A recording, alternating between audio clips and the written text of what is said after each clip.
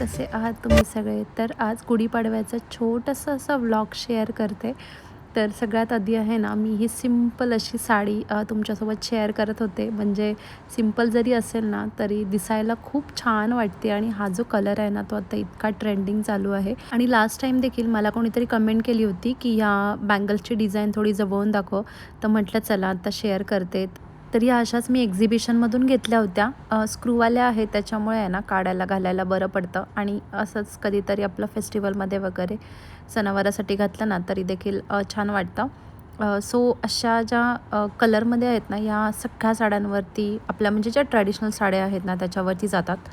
तर मला तरी पर्सनली या बांगड्या ज्या आहेत ना त्या खूप आवडलेल्या आहेत आणि कोणत्याही साडीवरती कोणत्याही ड्रेसवरती अशा छान दिसतील, अशी छान डिझाईन आहे. तर या साडीवरती आहे ना, तुम्ही जर काठ बघितलंत ना, तर या काठामुळे याला जास्त छान असा लूक आलेला आहे. पहिले वाटलं होतं एवढी खास नाही वाटणार, पण काठावरती जी डिझाईन आहे ना, ह्याचा जो काठ आहे ना, तो खूप छान आहे. तर जशी सिंपल साडी नेसलेली आहे ना, तसंच छोटंसं असं एकदम नाजूक असा मी चोकर देखील घातलेला आणि त्याचेच कानातले घातलेले आहेत, की जे थोडेसे असे दिसत नाही आहेत, पण खरंच खूप छान वाटते. मला असं सिंपल आणि मिनिमल घालायला जास्त आवडतं. आणि मेन म्हणजे घरामध्ये कुठे बाहेर फंक्शनला वेडिंगला वगैरे गेलो तर आपण चांगलं हेवी घालतोच, पण असं मला आहे ना सणावारासाठी छान वाटतं. तर सकाळी सगळ्यात आधी उठून मी आहे ना अर्धं सगळं जे काही काम होतं ना ते केलेलं आहे आणि त्यानंतर मी ब्लॉग तुमच्यासोबत शेअर करते. रोज काय होतं, सकाळी तुमच्यासोबत सगळं रुटीन शेअर करायचं म्हटलं ना तर खूप वेळ जातो. तर म्हटलं आज मी अर्धं माझं जे काम आहे ना ते करून घेते. तर मी इथे हे जी वेली आहेत ना त्या लावून घेतल्या होत्या. पूजेची जी काही तयारी आहे ती मी आदल्या दिवशीच केली होती. त्याचं मी छोटंसं शॉर्ट्स तुमच्यासोबत शेअर केलेला होता. आणि सकाळी मात्र पुरणपोळीचं सगळं काही तयारी मी केली होती. मला नंतर फक्त आहे ना फोडणी द्यायची होती आणि भात लावायचा होता आणि पुरणपोळ्या करायच्या होत्या. या छोट्याशा व्हिडिओमधून मला आहे ना एक छोटीशी गोष्ट तुमच्यासोबत शेअर करायची होती.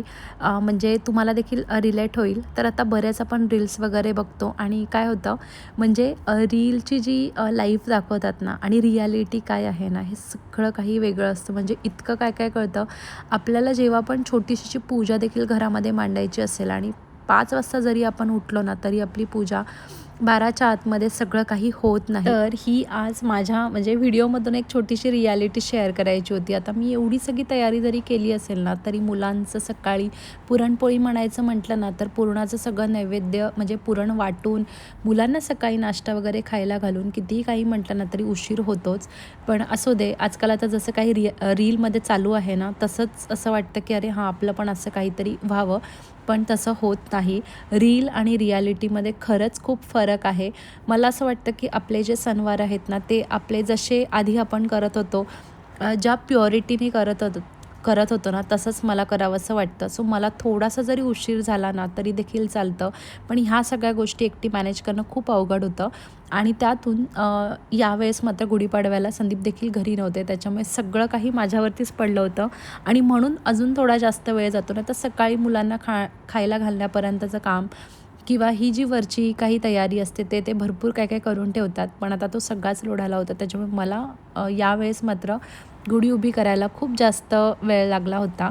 तर असो, मेन म्हणजे मला एवढंच आहे की माझा जो सण आहे ना तो मला माझ्या पद्धतीने छान असा साजरा करता येतो, एवढंच महत्त्वाचं आहे. आणि सोबत आहे ना मुलांना देखील या सगळ्या गोष्टी शेअर करायला मला मेन आवडतं. आणि आपण मला असं वाटतं आपल्या बिझी शेड्यूलमधून आपले हे सण आहेत ना जसे व्यवस्थित सेलिब्रेट करायचं हे विसरून गेलेलो आहोत. म्हणजे मला देखील कधीतरी वाटतं की माझ्या अशा ज्या व्हिडिओज आहेत ना त्या तुमच्यासोबत टायमात शेअर कराव्या, पण कितीही काही म्हटलं ना तरी ते होत नाही. असो, माझ्या आता इथे गुढी उभी करून झालेली आहे.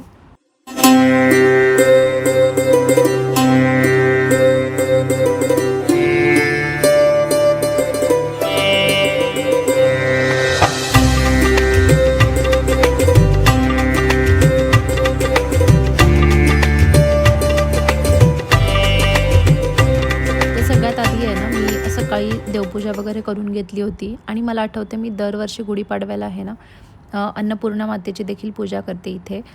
पण ती मात्र मला यावेळेस मी विसरून गेले. मे बी बरंच सकाळी काम पडलं, म्हणजे एक माणूस जरी घरातला नसेल ना तरी देखील आपल्याला ते जाणवतं नंतर की अरे बरंच काय काय काम आपल्यावरती पडलेलं आहे. असो मी सकाळी आहे ना पीठ मळून घेतलं होतं, पुरण वाटून घेतलं होतं. आता मला फक्त भात लावायचा होता आणि कटाच्या आमटीला फोडणी द्यायची होती, एवढंच करायचं होतं. सगळं काही तयारी करूनच मी व्हिडिओ आहे ती म्हणजे माझं जे काही शूटिंग आहे ते स्टार्ट केलं होतं.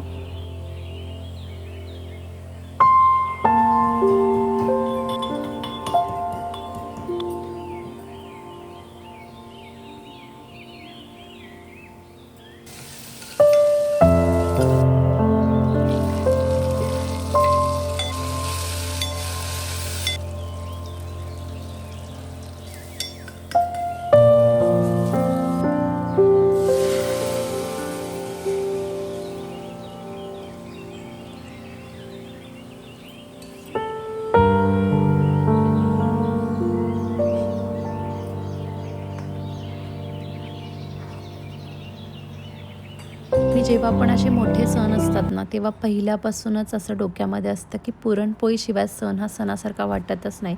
कारण आजकाल आपण पुरी भाजी वगैरे आहे ना, ते असं देखील अधेमध्ये सुट्टीच्या दिवशी बनवतच असतो.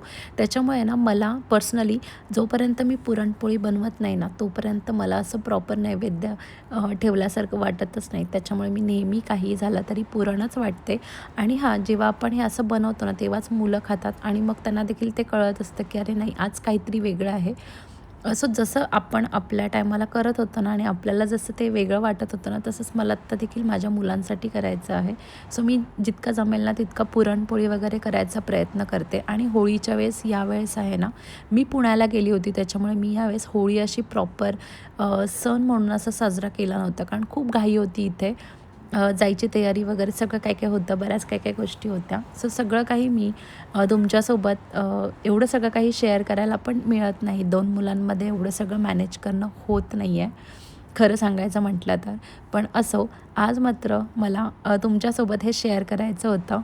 पुरणपोळी म्हणा किंवा सगळा काही स्वयंपाक म्हणा ना, हे मला लग्नाच्या आधी काहीच येत नव्हतं. हे सगळं काही मी लग्नानंतर जे काही करायला शिकले ना, ते सगळं काही लग्नानंतर करायला शिकलेली आहे. आणि मला हे म्हणजे मेन म्हणजे हे यायच्या आधी आपल्याला याची आवड असणं देखील महत्त्वाचं आहे.